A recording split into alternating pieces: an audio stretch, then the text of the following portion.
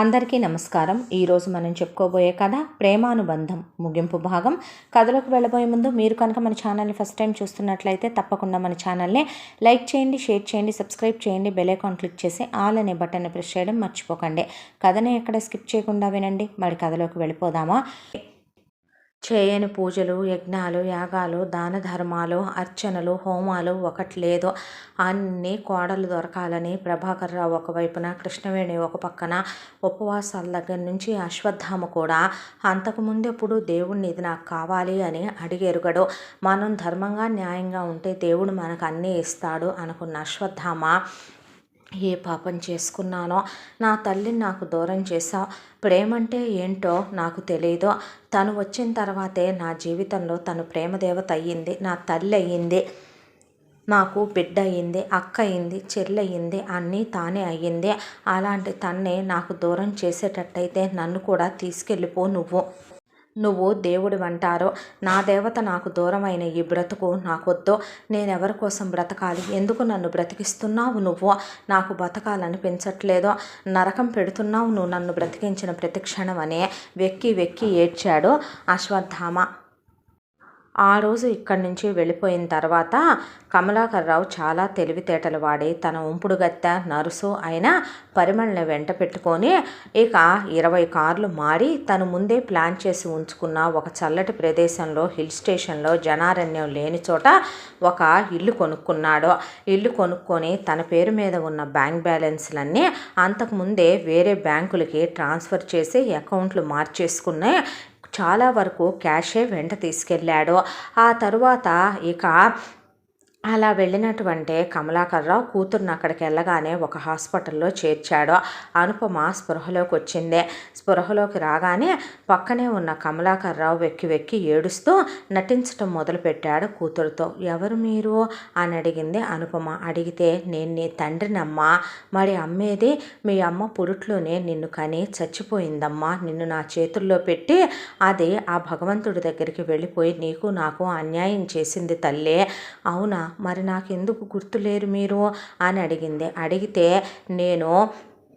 నిన్ను అల్లాడు ముద్దుగా నేనే అమ్మాయి నాన్నై నిన్ను గుండెల్లో పెట్టుకొని పెంచుకుంటూ వచ్చాను తల్లి. ఇదే మన ఊరమ్మ. నిన్ను చిన్నప్పటి నుంచి టీచర్లు ఎక్కడ కొడతారోనని స్కూలుకు కూడా పంపించకుండా నేనే టీచర్లని ఇంటికి పంపించి మరీ చదువు చెప్పించాను. ఈవిడ పేరు పరిమళ. ఈవిడ నీకు తల్లి లాంటిదే.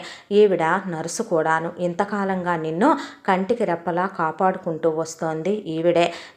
నిన్ను కడుపులో పెట్టుకొని ఆదరించే నాకు అన్నీ నీకు అమ్మలాంటిది అమ్మ ఈవిడ్నే ఆంటీ అని పిలవాలి. ఇంతకీ నాకేమైంది అందే అనుపమ. ఆ మాటకి నేను వద్దమ్మా అంటే వినకుండా నువ్వు నా కార్ కీస్ని నేను కిందకు వెళ్ళి వెజిటబుల్స్ ఫ్రూట్స్ కొనుక్కొస్తున్నప్పుడు నువ్వు కార్ కీస్ తీసుకొని కారాట ఆడుకుంటూ కార్ స్టార్ట్ చేసేసావా. కారుని నువ్వు యాక్సిడెంట్ చేసి లోయలో పడిపోయావు. దాంతో నువ్వు గతమంతా మర్చిపోయావు తల్లి అని చెప్తే, అవునా, ఇప్పుడు నేనేం చెయ్యాలి? నేను చెప్పినట్టు వినాలమ్మా, నాన్న చెప్పిన మాటే వినాలి అని చెప్పి పిల్లని ఇక తన అదుపాజ్ఞల్లోకి తీసేసుకున్నాడు కమలాకర్రావు. అక్కడి నుంచి అనుపమకి మగపిల్లలతో మాట్లాడకూడదని, వయసులో ఉన్నవాళ్ళతో అసలు మాట్లాడకూడదని, అంకుల్స్తో ఆంటీలతో మాట్లాడొచ్చని, మిగతా వాళ్ళతో మాట్లాడితే ప్రమాదం అని, నాన్నకి చెప్పకుండా ఎక్కడికి వెళ్ళకూడదని, ప్రతి విషయం నాన్నకి చెప్పాలని, నాన్న దగ్గర ఏది దాచకూడదని తనకు అనుగుణంగా పెంచుకురావటం మొదలుపెట్టాడు. చెంటపిల్లని కనుక మనం ఏది చెప్తే అది చంటిపిల్ల ఎలాగైతే వింటదో, జ్ఞానం లేకుండా గతాన్ని మర్చిపోయిన అనుపమకి తను అనుకున్న విధంగా తన పావుల్ని ఎత్తుల్ని వేసుకుంటూ తనకు అనుగుణంగా పెంచుకొస్తున్నాడు కమలాకర్రావు. అయితే అనుపమకి మొదట క్రాఫ్, ఆ తర్వాత చిన్ని పిలకలేసి బుజ్జి గౌన్లు కుట్టించి, లంగా జాకెట్లు కుట్టించి వాకింగ్కి తీసుకెళ్లేవాడు పొద్దున సాయంత్రం బయటికి. అలాగే అక్కడికి ఒక అరగంట దూరంలో ఒక చిన్న సంత లాంటి మార్కెట్ పెడతారు పొద్దున సాయంత్రం. అక్కడికి అనుపమని తీసుకెళ్ళి అక్కడున్న షాపుల వాళ్ళందరూ ఆంటీలు అంకుల్స్ అని పరిచయం చేసి తను వంటశాల మొదలుపెట్టాడు. వంటశాల మొదలుపెట్టి పిల్లకి బ్రెడ్, గుడ్లు, వెజిటబుల్స్, ఫ్రూట్స్ అని కొన్ని తను మర్చిపోతాడు కాబట్టి పరిమళతో ఎంజాయ్ చేయటానికి పిల్ల అడ్డం ఉంటుంది కాబట్టి పొద్దున సాయంత్రం పిల్లని అక్కడికి పంపించేవాడు. ఇక ఎక్కడికి వెళ్ళినా తనే ఏలు పట్టుకొని తిప్పుతూ ఉండేవాడు. ఇలా ఒక 5-6 నెలల కాలం గడిచిపోయిన తర్వాత ఒకసారి కమలాకర్రావు అనుపమని తీసుకొని మార్కెట్కి వెళ్ళినప్పుడు కమలాకర్రావు పర్సు జారి కింద పడితే అక్కడే ఉన్న ఒక అతను, సార్ మీ పర్సు అనిస్తే, చాలా థ్యాంక్స్ బాబు, ఇంకొకళ్ళు అయితే ఇవ్వరేమో, అన్యాయంగా వచ్చిన దాన్ని ఏం చేసుకుంటామండి అని ఆ పక్కనే ఉన్న అనుపమని అతను కన్నార్పకుండా చూడటం గమనించాడు కమలాకర్రావు. ఎంతకీ ఏం చేస్తూ ఉంటావు నువ్వు ఇక్కడ, తెలుగు మాట్లాడుతున్నావు, ఎక్కడి నుంచి వచ్చావు అని అడిగాడు కమలాకర్రావు. మాది కూడా తెలుగు రాష్ట్రాలేనండి, నేను ఇక్కడే ఉన్న ఒక ప్రైవేట్ కంపెనీలో ఉద్యోగం చేసుకుంటున్నాను, ఇంజనీరింగ్ వరకు చదువుకున్నాను. ఆ అమ్మాయి ఎవరు అని అడిగితే నా కూతురు అని తను చాలా ఇన్నోసెంట్గా, చాలా డీసెంట్గా, చాలా బాగుందండి అని చెప్తే, అవునయ్యా నా భార్య పురిట్లోనే దాన్ని నాకు ఇచ్చిపోయిందని, ఆ తర్వాత అనుపమనన్నీ తానే పెంచానని, ఇలా కార్ యాక్సిడెంటే గతం మర్చిపోయిందని, ఈ మధ్య గతం గుర్తొచ్చిందని, తనే 1 to 100 వరకు నెంబర్లు స్పెల్లింగులు నేర్పానని, A to Z నేర్పానని, రైమ్స్ నేర్పానని, ఈ మధ్య క్రేయాన్స్, కలర్సు, నేచరు ఇవన్నీ నేర్పించుకుంటూ వస్తున్నానని చెప్పాడు.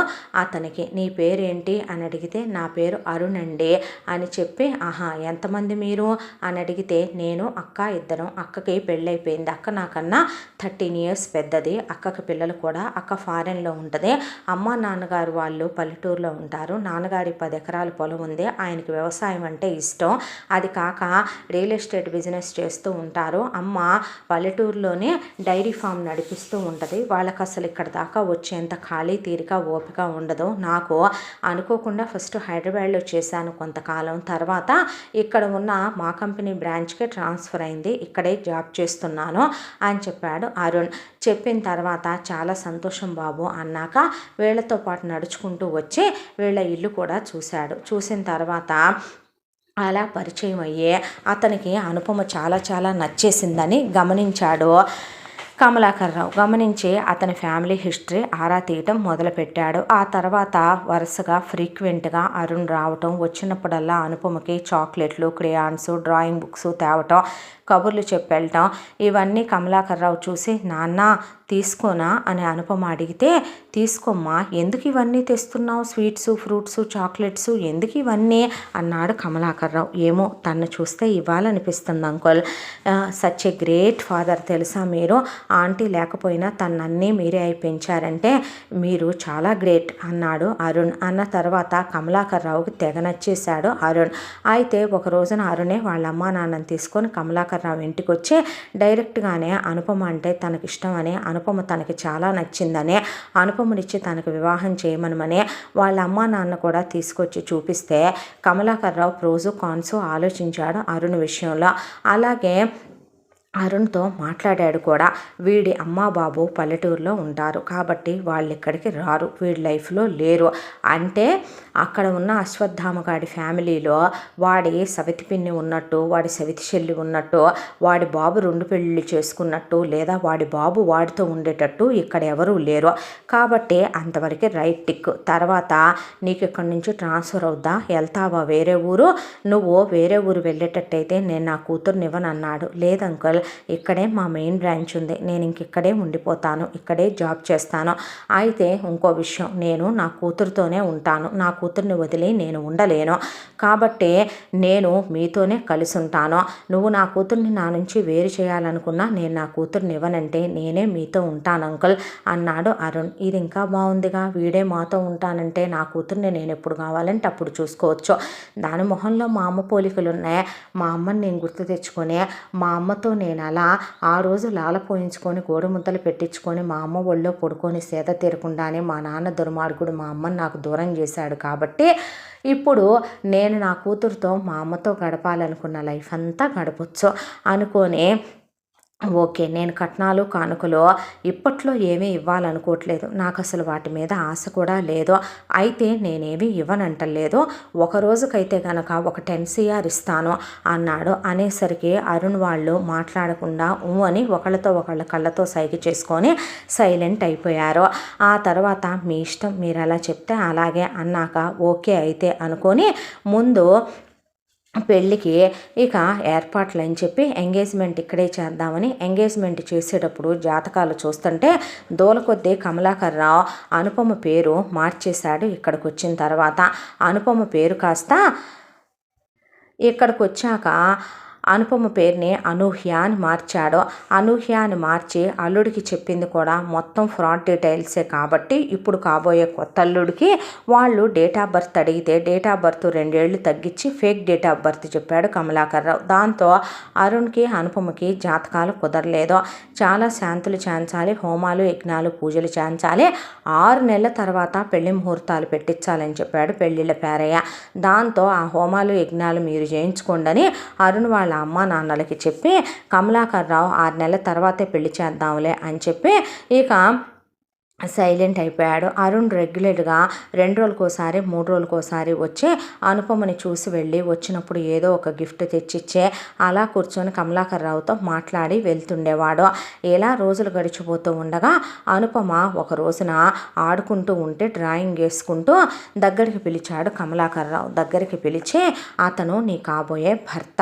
ఎవరు భర్త అందే అనుపమ. అంటే అవునమ్మా అనూహ్య, ఇక నుంచి అతనే నీకు అతను నిన్ను ప్రేమిస్తున్నాడు, నువ్వు అతన్నే ప్రేమించాలి, అతన్నే పెళ్లి చేసుకోవాలి. నువ్వు నేను అతను కలిసి పరిమళ ఆంటీతో ఒకే ఇంట్లో ఉంటాం, నువ్వు హ్యాపీగా ఉంటావు అతనితో ఉంటే అని చెప్తే నీ ఇష్టం, నాన్న మాటకి ఎదురు చెప్పకూడదు, తెలుసుగా నీకు తెలుసు అనేసింది. అన్న తర్వాత పరిమళతో సరసాలాడటానికి అనుపమ అడ్డుగా ఉందని వెళ్ళి బ్రెడ్ గుడ్లు తీసుకొని అక్కడి నుంచి నువ్వు ఫ్రూట్స్ దగ్గరికి వెళ్ళి ఈ ఫ్రూట్స్ కొనుక్కుని నువ్వు మనీ అంతా లెక్క చూసుకుని జాగ్రత్తగా మళ్ళీ పర్సు అలాగే బాస్కెట్ తీసుకొని మెల్లగా వాక్ చేసుకుంటూ వచ్చేయమ్మా అని చెప్పాడు కమలాకర్ రావు. సరే నాన్నగారు అని అలా వెళ్ళిపోయింది అనుపమ. వెళ్ళిపోయిన తర్వాత పరిమళతో సరసాలాడుతూ కూర్చున్నాడు కమలాకర్ రావు. ఈలోపు అలా వెళ్ళిన అనుపమ తండ్రి చెప్పినవన్నీ తీసుకుని టిక్కులు పెట్టుకుంటూ ఒక్కొక్క ఎగ్ 6 రూపీస్. 6 రూపీస్ అంటే నాన్న డజన్ ఎగ్స్ చెప్పాడు. అంటే 6 6 ఆర్ 36, 6 6 ఆర్ 36, 36 36 కలిపి ఎంత అని కౌంట్ చేసుకొని నేను మీకు 100 ఇచ్చాను, 100లో నుంచి ఎంత పోతే ఎంత రావాలి అని లెక్కలు చూసుకుంటూ ఉండగా అశ్వత్థామ వాళ్ళు పెట్టిన మనుషుల్లో ఒక అబ్బాయి వెతుక్కుంటూ ఆ ఊరెళ్ళి అలా అనుపమ ఫోటో చూపించి అందరికీ చూపిస్తూ ఉండగా అతను ఎదురుగానే బుల్లి గౌన్ వేసుకొని బుజ్జి పిలకలు వేసుకొని అనుపమ కనపడింది. మేడం అనుపమ గారు అంటే పలకట్లేదు. పలక్కపోతే అతను పరిగెత్తుకుంటూ వెళ్ళి మేడం అంటే ఎవరు మీరు, ఎవరు కావాలి అని అమాయకత్వంగా మొహం పెట్టి టపటపటపా కళ్ళు ఆరిస్తూ అతని వైపు చూస్తే అసలు ఈ అమ్మాయి నిజంగా మేడమేనా, నేనేమైనా భ్రమపడుతున్నానా లేదా వేరే అమ్మాయి ఎవరైనా ఒకే పోలికలతో ఉందా అనేపాటికి అది పాప అతనికి ఏం మాట్లాడాలో తెలియక పాప మీరెక్కడుంటారమ్మా, నేను స్ట్రేంజర్తో మాట్లాడకూడదు, మా నాన్నగారు స్ట్రేంజర్స్తో మాట్లాడకూడదన్నారు, అందులోనూ నువ్వు యంగ్గా ఉన్నావు కదా, యంగ్ పర్సన్స్తో నేను అసలు మాట్లాడకూడదు, బాయ్ అనేసి అక్కడి నుంచి వెళ్ళిపోతున్న అనుపమ వెనకాలే ఫాలో అవుకుంటూ వెళ్ళాడు పాపం అవతల అబ్బాయి. వెళ్ళేసరికి తలుపు కొట్టిందో లేదో కమలాకర్ రావు ఒళ్ళో నుంచి పరిమళని లేపి వెళ్ళు అని పంపించాడు కమలాకర్ రావు. నేను వెళ్ళేటప్పుడు పరిమళ అంటే ఒక కలర్ శారీ కట్టుకొని ఇప్పుడు ఇంకో కలర్ శారీ కట్టుకుంది ఏంటి? ఏం లేదమ్మా, వంట చేస్తుంటే ఆయిల్ చిందిందిలే పరిమళ మీద. ఏంటో నేను ఎప్పుడు బయటికి వెళ్ళేటప్పుడు పరిమళ అంటే ఒక కలర్ శారీలో ఉంటుందా, నేను వచ్చేసరికి ఒకరోజు కాఫీ పడుద్ది, ఒకరోజు జ్యూస్ పడుద్ది, ఒకరోజు ఆయిల్ పడుద్ది, ఒకరోజు ఏదో ఒకటి పడుద్ది, ఏంటో హూప్ ఉప్స్ అందే అనుపమ. అనేసరికి కమలాకర్రావు అన్నీ తెచ్చావా?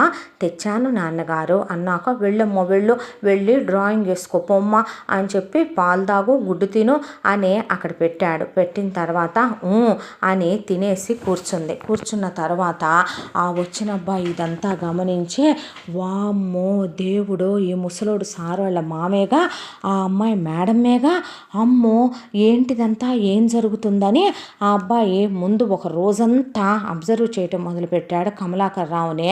పొద్దున్నుంచి సాయంత్రం దాకా పొద్దున్నే లేవటం, అనుపమకి స్వెటర్ వేసి మంకీ క్యాప్ వేసి వాకింగ్కి తీసుకెళ్ళటం, మార్కెట్కి తీసుకురావటం, ఆ తర్వాత మళ్ళీ అనుపమని ఇంటికి తీసుకెళ్ళటం, స్నానం చేయించి పిలకలేయటం పరిమళ, ఆ తర్వాత అనుపమకి టిఫిన్ పెట్టడం, భోజనం పెట్టడం, డ్రాయింగ్ వేసుకోమని వదిలేయటం, ఆ తర్వాత కాసేపు బయటికి వెళ్ళి రమ్మనమని వీళ్ళిద్దరూ సరసాలు ఆడుకొని వీళ్ళిద్దరూ ఒకళ్ళతో ఒకళ్ళు మమేకమైపోవటం, ఆ తర్వాత అనుపమని తీసుకొని ఈవినింగ్ వాక్కి రావటం, ఆ తర్వాత మళ్ళీ రాత్రి భోజనం పెట్టి పెందలాడే పడుకోబెట్టి వీళ్ళిద్దరూ ఒక గదిలో కులకటం, అవన్నీ చూసిన తర్వాత ఆ అబ్బాయికి కన్ఫర్మేషన్ వచ్చి అప్పుడు చేశాడు అశ్వత్థామ వాళ్ళకు ఫోను. అంతే. ఆ ఫోన్లో నిజమా అనూయేనా? కానీ ఇప్పుడు ఆవిడ పేరు అనుపమ కాదు సార్, పాప పేరు అనూహ్య. పాప? అవును సార్, ఇప్పుడు చిన్న పాపలానే తయారు చేసేసాడు అతను ఆవిడనే అని చెప్పేపాటికి అశ్వత్థామకి ఏమీ అర్థం కాలేదు. సార్ ఇప్పుడు మేడం మనెవరిని గుర్తుపట్టే స్థితిలో లేరు, అతను ఏం చెప్పాడో మనకి తెలియదు, కానీ అతను కూర్చోమంటే కూర్చుని నుంచోమంటే నుంచునే కీస్తే బొమ్మలాగా ఆవిడ్ని తయారు చేసేసాడండి. జరిగింది ఇదే, ఇక్కడ జరుగుతుంది ఇదే. పరిమళ అని ఎవరితో ఒకతుంది, దాన్ని చూస్తే అచ్చం రెడ్ లైట్ ఏరియాలో ఉండే లేడీస్ కూడా చాలా తక్కువేనేమో అనిపించేంత కన్నింగ్ పర్సనాలిటీ అదే. ఇక ఇక్కడైతే ఇలా ఉంది. ఎవడో మధ్యలో ఒకడు వచ్చి వెళ్తున్నాడో, ఏం జరుగుతుందో ఏంటో నాకైతే తెలియదని చెప్పాడు ఆ అబ్బాయి. అంతే. ఆగా మేఘాల మీద వెళదాం పద నాన్న, వెళ్ళి ఏదైతే అదైంది అనుకి గతం చెప్పేసి నేను తెచ్చేసుకుంటాను. అలా నువ్వు చెప్తే తన ప్రాణానికి ప్రమాదం కదా నాన్న అన్నాడు ప్రభాకర్రావు. అయితే నాన్న నీకు నా సిచ్యువేషన్ ఎలా ఉందో తెలియట్లేదు నాన్న, తను నేను ప్రాణం కన్నా ఎక్కువగా ప్రేమించాను నాన్న. నాకు తను హక్ చేసుకోవాలనుంది, ముద్దు పెట్టుకోవాలనుంది, తన ఒళ్ళో పడుకోవాలనుంది, నా గుండెల మీద పడుకోబెట్టుకోవాలనుంది. తను నా భార్య నాన్న, నా జీవితం నాన్న, నా సర్వస్వం నాన్న అనే తండ్రిని పట్టుకొని వెక్కి ఏడిస్తే కూతురు దొరికిందని కృష్ణవేణి సంతోషంతో ఆనందంతో దేవుడి దగ్గరికి వెళ్ళి పడిపోయి ఏడవటం మొదలుపెట్టింది. దాంతో అసలు ఆ తీసుకెళ్ళిన వాడు ఎందుకు తీసుకెళ్ళాడో ఆ విషయాన్ని కక్కే పాము లాంటి వాడు ఆ కమలాకర్రావు గాడు. వాడు తీసుకెళ్ళి అక్కడ పిల్లకి ఏం చెప్పాడో, పిల్లకి అసలు ఏం తెలుసో ఏం తెలియదో, ఏం జరుగుతుందో ఆ రోజే డాక్టర్లు స్ట్రెస్ చేయొద్దన్నారంటే తన ప్రాణానికి ప్రమాదమనే కదా. ముందు మనం వెళదాం, పరిస్థితిని అంచనా వేద్దాం, అప్పుడు మనం ఆచితూచి అడిగేసి ఏది ఏమైనా సరే పిల్లని మాత్రం నేను మీకు దూరం చెయ్యను నాన్న. తనెప్పటికీ నీ భార్య నువ్వు తెచ్చుకోవటానికి నీకు ఎవరు పర్మిషన్ అక్కర్లేదు. కాకపోతే తను అలాంటి సిచ్యువేషన్లో ఉందో చూసి మనం అడిగేద్దామని చెప్పి ప్రభాకర్రావు వాళ్ళు బయలుదేరిపోయారు. ఆ అబ్బాయి వీళ్ళు వచ్చేసరికి ఆల్రెడీ అశ్వత్థామ చెప్పినట్టుగా అశ్వత్థామ కోసం వేరే ఒక చిన్న ఫ్లాట్ లాంటిది, అలాగే కృష్ణవేణి, ప్రభాకర్రావు, అశ్వత్థామ, మిగతా పనివాళ్ళు, ఆ అబ్బాయి వీళ్ళందరూ ఉండటానికి ఇంటి ముందు 4 కార్లు అలాగే ఒక పెద్ద హౌస్ని బుక్ చేసి ఉంచాడు. వీళ్ళు వచ్చి రావటంతోనే తను చూడాలని తప్పించిపోయాడు అశ్వత్థామ. అయితే వీళ్ళ ముగ్గురిని వెంట పెట్టుకొని వీళ్ళు ఎర్లీ మార్నింగ్ వచ్చారు కాబట్టి వీళ్ళని వెంట పెట్టుకొని ఆ అబ్బాయి తీసుకెళ్లేపాటికి కమలాకర్రావు అనుపమని వెంట పెట్టుకొని వాకింగ్కి వచ్చాడు.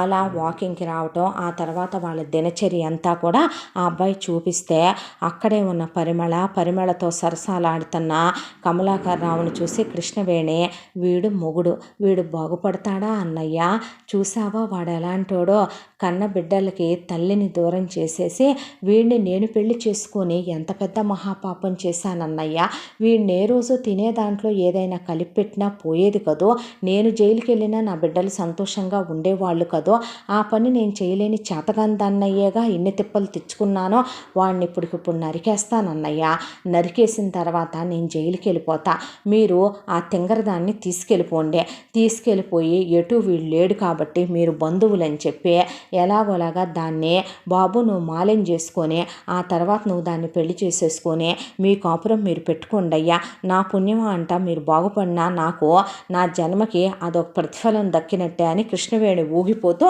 ఆ పక్కనే ఉన్న రాడ్ తీసుకుంది. అయితే అవతల ఉన్న అబ్బాయి ప్రభాకర్ రావు ఆగమని కృష్ణవేణిని ఆపి, ముందు తను నేను కలవాలి. ఎలా అంటే, సార్ బయటకు వస్తారు మేడం. ఎప్పుడంటే ఇతను ఆ పని మనిషితో సరసాలాడే టైంలో మేడంని ఇంట్లో ఉండనివ్వడు. ఆ టైంలో ఆవిడ బయటకు వస్తారో, ఆవిడ బయటకు వచ్చినప్పుడు మనం కలవాలి. అయితే నేను వెళ్ళి కలుస్తాను తన్నే అన్నాడు అశ్వత్థామ. వద్దు నాన్న, నీ గురించి నీ ఫోటో చూపించి ఏదైనా ప్రమాదకరంగా చెప్పుంటే పోనీ నేను కలుస్తానన్నయ్య. వద్దమ్మా, వాడికి నువ్వు ఏలనాటి శత్రువే. నీ గురించి వాడు ఏం చెప్పున్నాడో నేనే కలుస్తాను. వెళ్ళే నేను కలిసిన తరువాత అసలు తను ఎలా ఉంది ఏంటి అనేది కనుక్కున్నాక అప్పుడు మీ ఇద్దరు కలుద్దురు కానీ అని చెప్పాడు ప్రభాకర్ రావు. వీళ్ళు అనుకున్న ప్రకారమే ఆ నెక్స్ట్ డేనే అనుపమని బయటికి పంపించాడు ఎప్పట్లానే కమలాకర్ రావు. అయితే వీళ్ళు కొద్ది దూరంలో మొహానికి స్కార్ఫ్ కట్టుకొని కృష్ణవేణి, అలాగే మొహానికి మంకీ క్యాప్ వేసుకొని అశ్వత్థామ అవతల అబ్బాయి కనిపించకుండా వస్తుంటే ప్రభాకర్ రావు 4 అడుగులేసి ముందుకొచ్చాడు.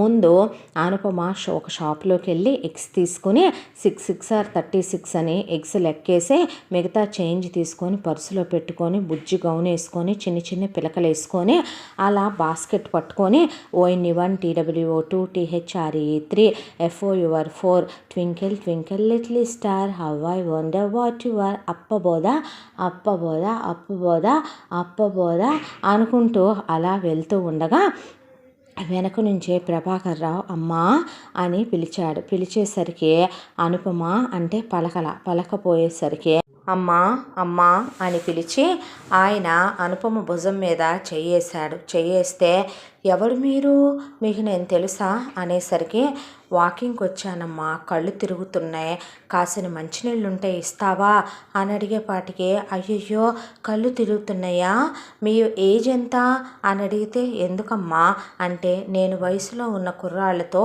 చిన్న అబ్బాయిలతో మాట్లాడకూడదని మా నాన్నగారు చెప్పారు. మీరు పెద్ద ఆయన నేను అనుకుంటాగా, తెల్ల జుట్టు కూడా వచ్చిందిగా, మీ ఏజ్ ఎంత ఆయన చెప్పాడు. అయితే మీరు అంకులే, మీతో మాట్లాడొచ్చు, మీరు నన్ను ముట్టుకోవచ్చు అని ఆయన చేయి పట్టుకొని తీసుకెళ్ళి బెంచ్ మీద కూర్చోబెట్టి అయ్యయ్యో నా దగ్గర వాటర్ లేవే ఉండండి అని ఆయన పక్కనే బాస్కెట్ పెట్టి గబగబా పక్కనే ఉన్న షాపు దగ్గరికి వెళ్ళి వాటర్ బాటిల్ తీసుకొచ్చి ఆయన్ని తాగమనమని తాగిచ్చిందే. కోడలి వైపు అలాగే చూసుకుంటున్న ఆయన కళ్ళల్లో ఆయన్ని కూడా కన్న తల్లిలాగే చూసిన కోడలు ఇది చేద్దామా మామయ్య, అది చేద్దామా మామయ్య, అదలా ఇదెలా అని అన్న కోడలు, ఆయన తల్లిని మరపించిన కోడలు ఒక్కసారిగా కళ్ళల్లో నీళ్లు తిరిగిపోయి కళ్ళల్లో నీళ్ళు ఆగలేదు ఆయనకి. అయ్యయ్యో నొప్పిగా ఉందా, బాధపడద్దు, ఏడవద్దు అంకుల్ అని కళ్ళు తుడిచి కర్చీఫ్ పెట్టి మళ్ళీ కర్చీఫ్ జేబులో పెట్టుకొని ఆ పక్కనే కూర్చొని పర్లేదులే ఈ కర్చీఫ్ మీరు ఉంచుకోండి అని తీసి ఆయన చేతికిచ్చి కళ్ళు తుడుచుకో ఏడవకు అంకుల్ అన్న తర్వాత నీ పేరేంటమ్మా అని అడిగితే నా పేరా అనూహ్య అన్న తర్వాత అవునా మీదే ఊరు, మాది ఇదే ఊరు అంకుల్. అవునా మీ నాన్నగారు ఏం చేస్తారో, మా నాన్నగారు ఏమీ చేయరు, ఒకప్పుడు జాబ్ చేసేవారంట, నా కోసమని మానేసి నన్ను చూసుకుంటూ ఇంట్లోనే ఉంటారు. అవునా మరి మీ అమ్మగారు, మా అమ్మ చచ్చిపోయిందిగా, నేను పుట్టంగానే మా అమ్మ చచ్చిపోయింది, నన్ను మా నాన్నకు అప్పచెప్పి మా అమ్మతో కటీఫ్ చెప్పేశానుగా, అందుకే నాకు అమ్ముంటే ఎంత బాగుండేది, ఉన్నానే అమ్మా, నేను బతికే ఉన్నానే తల్లి, నిన్ను వదిలి నేను ఎక్కడికి వెళ్ళలేదమ్మా, ఈ త్రాష్టుడు నేను లేనని చెప్పాడా తల్లి నీకని అశ్వత్థామని కౌగిలించుకొని నోట్లో గుడ్డలు గుక్కొని కృష్ణవేణి ఎక్కి ఎక్కి ఏడ్చిందే. ఏడవద్దత్తయ్య అని కళ్ళు తుడిస్తే చూశావయ్యా బిడ్డకి తల్లి లేదని చెప్పాడు వాడు అని ఏడ్చిన తర్వాత ఎవరెవరు ఉంటారమ్మా ఇక్కడ, నేను, నాన్నగారు, పరిమళ ఆంటీ. పరిమళ ఆంటీ ఎవరు, పరిమళ ఆంటీ నాన్నకి ఫ్రెండు, అమ్మ చచ్చిపోయినప్పటి నుంచే నన్ను చూసుకునే ఆయా, కేర్ టేకరు, నర్సు అన్నీ పరిమళ ఆంటీయే. ఆహా అవునా అమ్మా, అవును మీ ఇల్లు ఎక్కడా, అదుగదుగో కనిపిస్తుందే అక్కడ అక్కడ ఆ చెట్ల వెనకాల ఉందే వుడ్ హౌసు. ఆ వుడ్ హౌస్ 2 స్టేర్స్ ఉంది చూసారా, అది మాదే. ఏం చదువుకున్నావమ్మా? నేను అంతకుముందు చిన్నప్పుడు లైట్గా కొంచెం చదువుకున్నానంట. అయితే నన్ను స్కూలుకు పంపిస్తే టీచర్లు కొడతారేమోనని మా నాన్నగారికి నేనంటే చాలా ఇష్టం అంకుల్, చాలా ప్రేమ. కాబట్టి నన్ను స్కూలు పంపించలా పాపం. ఆయనే టీచర్ని పిలిపించి పరిమళ ఆంటీ ఆయన కలిసి చదివించారా. ఆ తర్వాత నేను ఒకరోజు కారాట ఆడుకుంటానని నాన్న జేబులోంచి కీస్ తీసుకుని వెళ్ళి కార్ యాక్సిడెంట్ చేసి లోయలో పడిపోయానా. నా తలకి దెబ్బ తగిలి కోమాలోకి వెళ్ళిపోయానంట. ఆ తర్వాత చాలా ఇయర్స్ తర్వాత కోమాలోంచి బయటకు వచ్చానంట. పాపం మా నాన్న పిచ్చోళ్ళలాగా అయిపోయి తనే మమ్మీ డాడీ అయ్యి నన్ను పక్కనే ఉండి పరిమళ ఆంటీ తను కలిసి నన్ను చూసుకున్నారంట. ఆ తర్వాత మా డాడీ నాకు చదువు చెప్తున్నాడుగా ఇప్పుడు. ఏం చెప్పాడమ్మా? నాకు 1 to 100 స్పెల్లింగ్స్ వచ్చు, 1 to 100 నెంబర్స్ వచ్చు. నీకొచ్చా? నాకు రైమ్స్ కూడా వచ్చు. ఇప్పుడే వాళ్ళు నేర్చుకుంటున్నాను అంకుల్ అని చెప్తే ఆ మాట కృష్ణవేణి, చూసావయ్యా పీజీ చదువుకున్న నా బిడ్డని ఎంబీబీఎస్ చేసి ఎండీ చేసి డాక్టర్ అవుదామనుకున్న నా బిడ్డకు వాడు వాళ్ళు ఏబిసిడీలు నేర్పుతున్నాడంట. కనీసం ఆ రోజు డాక్టర్లు మనకేం చెప్పారో, చదువుకున్నవన్నీ గుర్తుంటాయి, కొంచెం మీరు మెమరీస్ని కనుక అలా బుక్స్ మీదకి తీసుకెళ్ళి మీరు బుక్స్ చదవటం అలవాటు చేస్తే అని చెప్పలా. చూసావయ్యా వాడు ఎలా తయారు చేసేసాడో దాన్ని అనేసరికి, మరి ఇప్పుడు అంతా ఓకేనా అమ్మా నీకు? అంతా బాగుంది అంకుల్. అంటే ఏంటది చేతిలో? ఇదా, నాకు ఏంటో పెయింటింగ్స్ చూడంగానే చాలా ఇష్టం వచ్చేస్తుందా.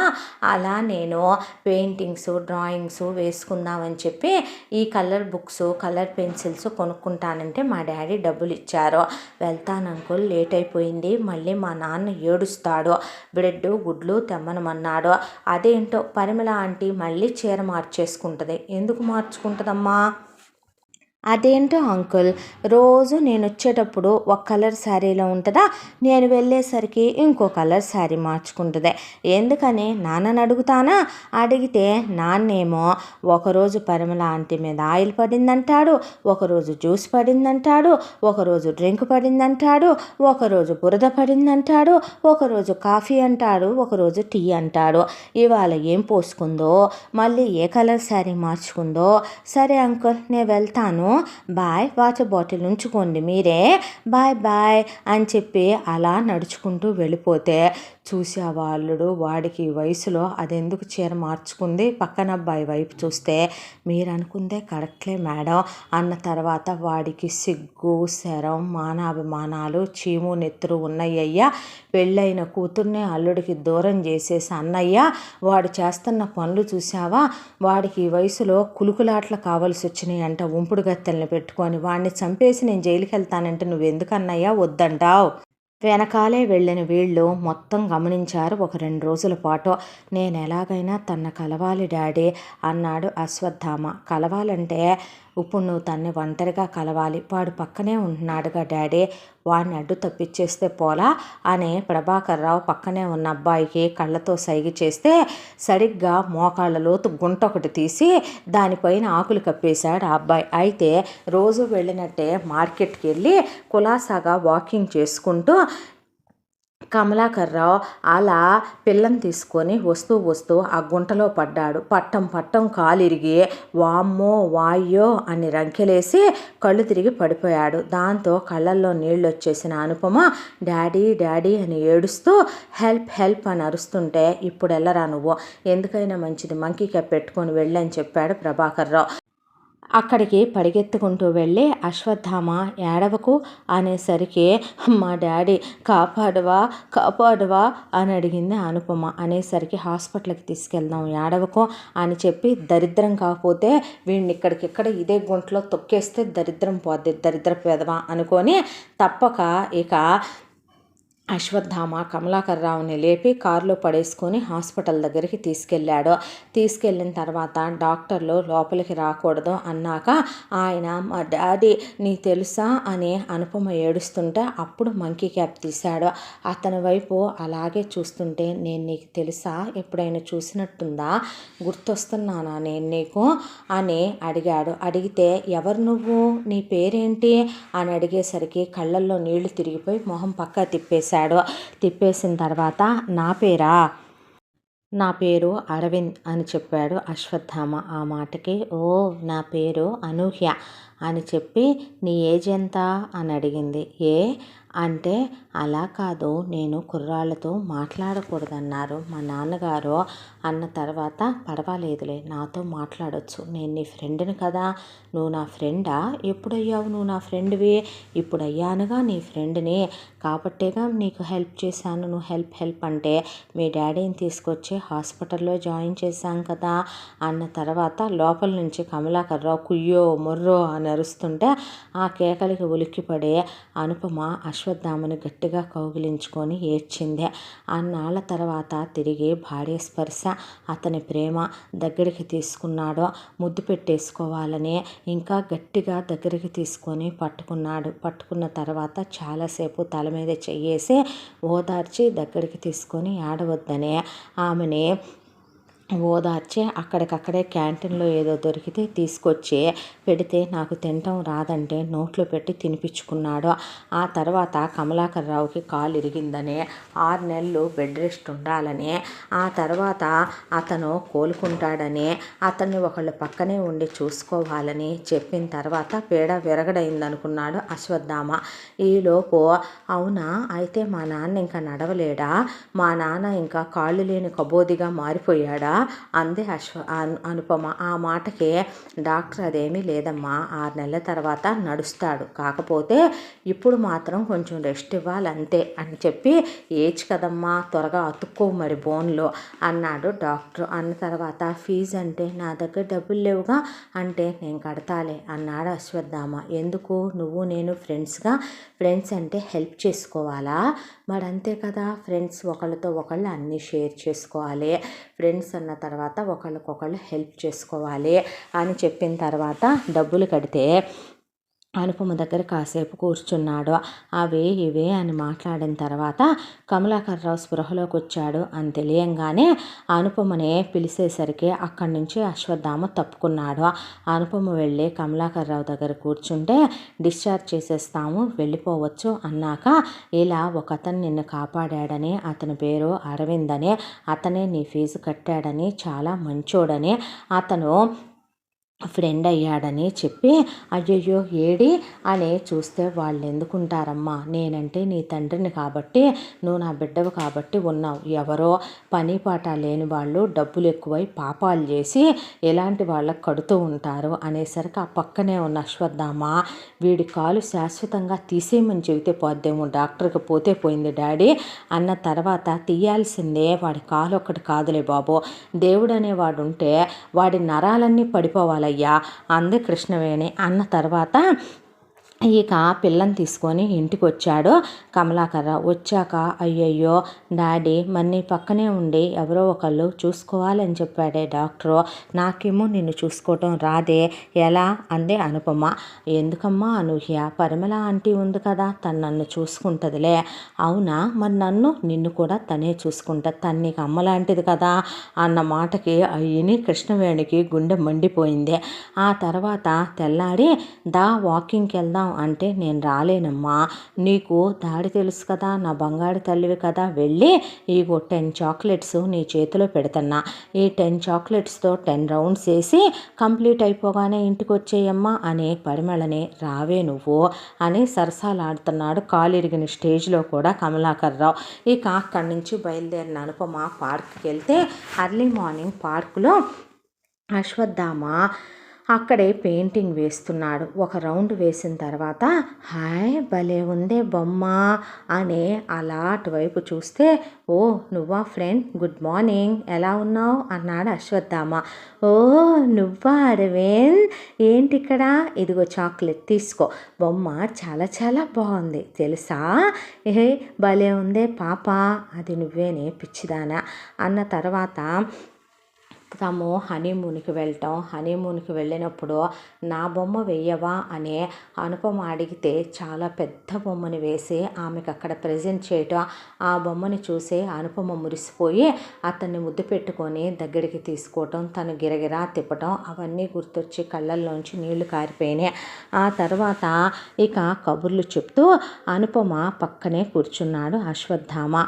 ఎలా ఉంది మీ డాడీకి, బాగానే ఉంది, పరిమళ ఆంటీ చూసుకుంటుంది అంట, నన్ను వాకింగ్కి వెళ్ళమన్నాడు, 10 రౌండ్స్ వేయమన్నాడు, 10 చాక్లెట్స్ ఇచ్చాడు, అయితే నీకు చాక్లెట్ ఇచ్చాను కదా, 1 రౌండ్ కంప్లీట్ అయింది కదా, ఇంకా 9 రౌండ్స్ వెయ్యాలా నేను అంటే, నీకు విషయం చెప్పనా, డాడీలు అన్న తర్వాత అలాగే ఉంటారు, పిల్లలు అన్న తర్వాత డాడీలకు అన్నీ చెప్పక్కర్లేదు, కానీ చెప్పాలంటాడే, చెప్పకపోతే ఏడుస్తాడే, చచ్చిపోతానంటాడే, ఉరేసుకుంటానంటాడే, ట్రైన్ కింద పడతానంటాడే, విషం తాగుతానంటాడే అందే అనుపమ. అవన్నీ వాడు చేస్తే దరిద్రం వదిలిపోద్దే, కానీ వాడు అవన్నీ చెయ్యడే అనుకున్న అశ్వత్థామ, అలాగేమీ లేదు, పిల్లలన్న తర్వాత చిన్న చిన్న విషయాలు నాన్నగారు వాళ్ళకి చెప్పాల్సిన అవసరమేమి లేదు, ఫ్రెండ్స్తో సరదాగా ఉండే టైం, కబుర్లు చెప్పే టైం, వాటన్నిటి గురించి మనమేమి చెప్పక్కర్లా, చెప్తే వాళ్ళు ఫీల్ అవుతారు కదా అంద అనుపమ. రేపు నేను నిన్ను ఒక చోటకి తీసుకెళ్తా, అక్కడ బోల్డ్ అని పెయింటింగ్స్ ఉంటాయి, మా ఇంటికి వెళ్దాం చూద్దుగానే, అలాగే నీకు బోల్డ్ అని క్రేయాన్స్, కలర్స్, క్యాన్వాస్లు ఇస్తాను, పెయింటింగ్ వేయటం నేర్పిస్తాను అన్నాడు అశ్వత్థామ. సరే ఫ్రెండ్, అయితే టైం అయింది, బాయ్, ఇప్పుడు నేనేం చెప్పాలి మా డాడీకి, వాకింగ్ అయిపోయిందని చెప్పు అన్నాడు అశ్వత్థామ. అబద్ధం చెప్పొచ్చా, అప్పుడప్పుడు చిన్ని చిన్ని అబద్ధాలు చెప్పొచ్చు, అప్పుడప్పుడు చిన్ని చిన్ని అబద్ధాలు చెప్పొచ్చు అని నవ్వుకుంటూ వెళ్ళిన అనుపమని, ఏమ్మా అయిపోయిందా వాకింగ్ అన్నాడు కమలాకర్రావు. అప్పుడప్పుడు చిన్న చిన్న అబద్ధాలు చెప్పొచ్చు అని అశ్వత్థామ చెప్పింది గుర్తొచ్చి, ఓ అయిపోయింది అందే. అన్న తర్వాత మళ్ళీ పరిమళ ఆంటీ శారీ మార్చుకుందా, ఎందుకు, టీ పడిందమ్మా, రోజు ఏదో ఒకటి పడేసుకోకుండా ఉండదు కదా అని భోంచేసి వెళ్ళి ఆ తర్వాత డ్రాయింగ్ వేసుకుంటూ కూర్చుంది. ఆ తర్వాత నెక్స్ట్ డే కనిపించాడు అశ్వత్థామ.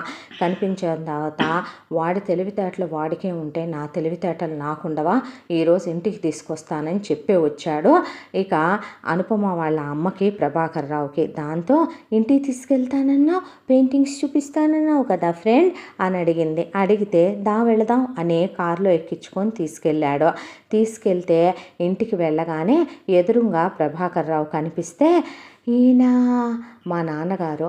ఓ వాటర్ అంకుల్, నాకెందుకు తెలీదు, ఎలా ఉన్నారు అంకుల్, మీ నీరసం తగ్గిందా, మీ కళ్ళు తిరగటం తగ్గాయా అని పలకరించింది. ఆ తర్వాత కృష్ణవేణి అక్కడే ఉంటే, ఈవిడెవరు అని అడిగితే మా అత్తయ్య అని చెప్పాడు. ఆహా, మీకు పిల్లలు లేరండి అని అడిగితే, ఉందమ్మా బంగారు తల్లి, నా కూతురు ఉందిగా, నాకు కొడుకు కూడా ఉన్నాడమ్మా అని చెప్పింది కృష్ణవేణి.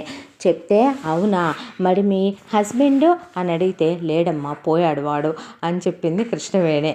చెప్పిన తర్వాత అంకుల్ మీ వైఫ్ ఏది, మీ మమ్మీ ఏది అని అడిగింది. అక్కడే ఉన్న అశ్వత్థామని, అమ్మ లేదు పోయింది అని చెప్తే, అయ్యయ్యో నీకు మమ్మీ లేదు, నాకు మమ్మీ లేదు, మమ్మీ ఉంటే ఎంత బాగుంటుందో అనిపిస్తుంది, అమ్మ నోట్లో గోరు ముద్దలు పెట్టుద్ది, ఒళ్ళో పడుకోబెట్టుకుంటుంది, కథలు చెప్పుద్ది, కదో ఉన్నానమ్మా ఉన్నానే అని వంటగదిలోకి వెళ్ళి నోట్లో గుడ్లు కుక్కొని ఏడుస్తున్న కృష్ణవేణిని చూసి, బాధపడకు చెల్లెమ్మ, వాడు బాగుపడ్డన్నయ్యా, నాశనం అయిపోతాడు, నా పిల్లల్ని నాకు దూరం చేసిన వాడు బాగుపడతాడా, నేను బతికుండగానే నా బిడ్డకి నేను పోయానని చెప్తున్న వాడు ఉంటాడా అని ఏడ్చింది కృష్ణవేణి. ఆ తర్వాత ఆ పెయింటింగ్స్ అన్నీ చూశాక, రామ్మ నీకు అన్నం పెడతాను రావే అని నోట్లో గోరుముద్దలు కలిపి పెడితే తిన్నాక కూతుర్ని కాసేపు ఒళ్ళో పడుకోబెట్టుకొని దగ్గరికి తీసుకొని ముద్దులు పెట్టుకున్నాక పెయింటింగ్ నేర్పిస్తాను రమ్మనమని పై గదిలోకి తీసుకెళ్ళాడు అశ్వత్థామ. తీసుకెళ్ళి అనుపమకి ఇలా వెయ్యాలని, స్ట్రోక్స్ ఇలా పట్టుకోవాలని బ్రష్ దగ్గరికి వెళ్ళి నడుం పట్టుకున్నాడు. ఆ తర్వాత ఆమె మెడ పక్కనే గడ్డం పెట్టి పట్టుకొని ఆమెను ముద్దు పెట్టి దగ్గరికి తీసుకొని ఆమెతో పెయింటింగ్స్ వేయిస్తున్నట్టుగా ఆమెలో ఫీలింగ్స్ కల్పిద్దామని చూశాడు. చూస్తే అనుపమకి కొద్దిగా అర్థమవుతోంది. ఏదో తెలియని పులకింత, ఏదో తెలియని ఫీలింగ్స్ రావటం మొదలైనవి. ఆ తర్వాత ఇంటికి వెళ్ళాలని వెళ్ళిపోయింది. ఆ తర్వాత 3వ రోజు మళ్ళీ కలిసిన తర్వాత డైరెక్ట్గా ఇంటి దగ్గరికే వచ్చిన తర్వాత 3వ రోజున కూర్చోబెట్టి కృష్ణవేణి అవి ఇవి అని తినిపిస్తుంటే కబుర్లు చెప్తూ బొమ్మలు వేసుకుంటూ ఈరోజు తొందరగా వెళ్ళిపోవాలి, నాన్న తొందరగా రమ్మన్నాడా ఆంటీ అని చెప్తే ఎందుకు అన్నాడు ప్రభాకర్ రావు. ఎందుకంటే అరుణ్ వస్తాడుగా అందే. ఎవరమ్మా అరుణ్ అని అడిగింది కృష్ణవేణి. అరుణ్ ఎవరంటే ఇలా నాన్న వ్యాలెట్ పడిపోయింది, తీసిచ్చాడు, నాన్నకి నచ్చాడంట, నేను అరుణ్కి నచ్చానంట, అరుణ్ నన్ను ప్రేమిస్తున్నాడంట, పెళ్లి చేసుకుంటాడంట, అరుణ్ మంచోడంట, మంచోడే అని అనాలంట నేను. అయితే నాన్న అతనికి నాకు పెళ్లి ఫిక్స్ చేసేసాడు. 6 నెలల్లో నాకు అతనికి మ్యారేజు, ఫస్ట్ ఎంగేజ్మెంటు, తర్వాత పెళ్ళంట. ఆ తర్వాత నాన్న నేను అరుణ్ పరిమళ ఆంటీ ఉంటామంట, నాన్న చెప్పాడు ఆంటీ అని చెప్పేపాటికి కోపం కట్టలు తెంచేసుకుంది అశ్వత్థామకి. అక్కడే ఉన్న అనుపమని పట్టుకొని నీకు ఇష్టమేనా ఈ పెళ్ళి? ఇష్టాయిష్టాలనేవి నాకేమీ ఉండకూడదంటగా. ఏమో నాన్న పెళ్ళి అంటున్నాడా అన్న దగ్గర నుంచి నాకేమీ అర్థం కావటం లేదు. ఏంటో అతన్ని చూస్తే నాకేమీ అనిపించదు. మంచోడే, వచ్చినప్పుడల్లా డ్రాయింగ్ పెన్సిల్స్ అవి ఇవి చాక్లెట్లు తెచ్చిస్తాడా. ఆ తర్వాత ఎందుకో అతను వెళ్ళిపోయాక నాకేమీ అనిపించదు. కానీ నాన్న చెప్పిన మాటే వినాలి, నాన్న చెప్పిన వాడిని పెళ్లి చేసుకోవాలి, అది ఇది లేదంటే చచ్చిపోతాను, అది ఇది అని చెప్పి అంటూ ఉంటాడు. ఏంటో నాకేమీ అర్థం కావటం లేదని వెళ్ళిపోయింది అక్కడి నుంచి ఇక అనుపమ. దాంతో కోపం కట్టలు తెంచుకున్న అశ్వత్థామ వాడిని నరికేస్తాను డాడీ, నేను నా పెళ్ళాం నేను బ్రతికుండగా నేను దానికి డివోర్స్ ఇవ్వకుండా వాడెవడో కోన్కిస్కా గొట్టంగా అడిగిచ్చి నా పెళ్ళాన్ని పెళ్లి చేయటం ఏంటి, నేను చూస్తూ ఊరుకోవటం ఏంటి, దాన్ని అసలు ఇక్కడి నుంచి తీసుకెళ్ళిపోయి వీడిని వేసేసి ఒక అనాథ శవాన్ని తీసుకొచ్చి అక్కడ పడుకోబెట్టి వీడిని కూడా తీసుకెళ్ళి ఆ మతాలసని మంజర్ని పడేసిన చోట డార్క్ రూమ్లో పడేసి ఎటు వీడు పోయాడు కాబట్టి మనం దగ్గరికి తీసుకొని నేను పెళ్లి చేసుకొని కాపురం పెట్టుకుంటాను నాన్న అన్నాడు అశ్వత్థామ. తొందరపడకు, అసలు వాడేంటో గమనిద్దాం పదమని వీళ్ళు సీక్రెట్గా వెళ్ళి ఇంటెనకాల దాక్కొని చూస్తే అరుణ్ వచ్చాడు. వస్తూ ఒక drawing book, drawing pencils, chocolates, fruits, sweets తెస్తే నాన్న తీసుకోమ్మా అనేసరికి వాడు చూసావా నాన్న బ్రోకర్ వేషాలు వేయటం, వాడిని చెప్పుతో కొట్టాలి, తండ్రి చేయాల్సిన పనులేనా ఇవే, వాడికి మొదటి నుంచి అలవాటేనయ్యా, వాడమ్మ వాడి అక్కలు వాడి చెల్లెళ్ళు వాడి ఫ్యామిలీ మొత్తం అదేగా అంద కృష్ణవేణే. అన్న తర్వాత అరుణ్ నేను బయటికి తీసుకెళ్తాను అంకుల్ అనుపమనే అంటే ఇక వద్దొద్దు, ఎక్కడికి నువ్వు తీసుకెళ్లేది కాదు అంకుల్, కాసేపు అనూహ్యతో అలా వద్దంటున్నానా, పెళ్లి కాకముందు మేము అలాంటివి చెయ్యం, మా ఇంటి ఆడపిల్లల్ని బయటికి పంపం, ఏదన్నా ఉంటే ఇక్కడే మాట్లాడు అన్న తర్వాత వీడు ఎదవ సోది అనుకోవటం అరుణ్ వీళ్ళకి బాగా వినిపించింది. వద్దామనుకున్నాను అంకుల్ మీ కాలు విరిగిందని, కానీ నాకు ఫ్యాక్టరీలో అర్జెంట్ వర్క్ ఉండటం వల్ల రాలేకపోయాను సారీ అని ఒక అరగంట కూర్చొని ఆ తర్వాత అనుపమతో అక్కడ ఇక్కడ చేతులేద్దామని కొంచెం లీనియస్ తీసుకుందామని చూశాడు. కానీ ముసలోడు ఇక్కడే ఉన్నాడు పాడు దరిద్రం అనుకొని అక్కడి నుంచి బాయ్ చెప్పి లేచి వెళ్ళిపోయాడు అరుణ్.